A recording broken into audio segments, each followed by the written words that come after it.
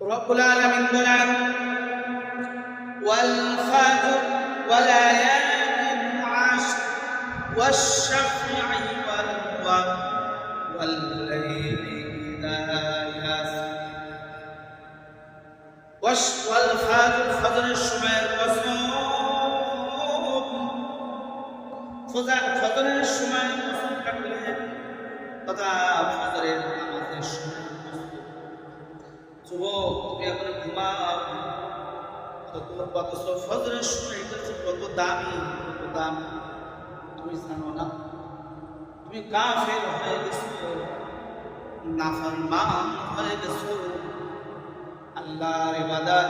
আল্লাহর গোলামিনা করতে করতে তোমার কলিজাটা কালো দাগ পড়ে গেছে ফজরের সময়টা অনেক দামি এই জন্য রব্বুল আলামিন বলেন ফাজর ফজরের সময়ের কসম ওয়া লায়ালিন আশর 10 রাতের কসম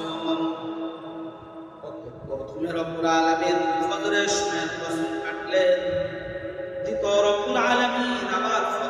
10 রাতের কসম কাটলেন ওয়াল ফাজর ওয়া লায়ালিন আশর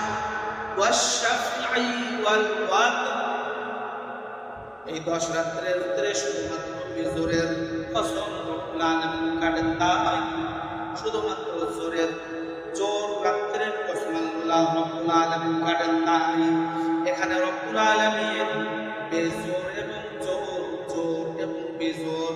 উভয় রাতের কসম কেটেছে বিখ্যাত তাফসীরের কিতাবের বিখ্যাত তাফসীর কিতাব তাফসীর ইবনে কাসিরের ভিতরে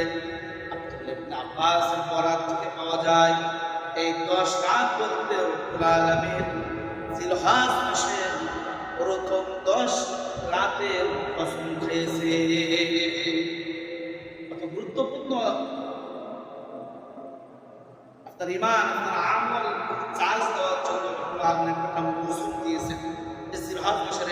10 দিন একটা মৌসুম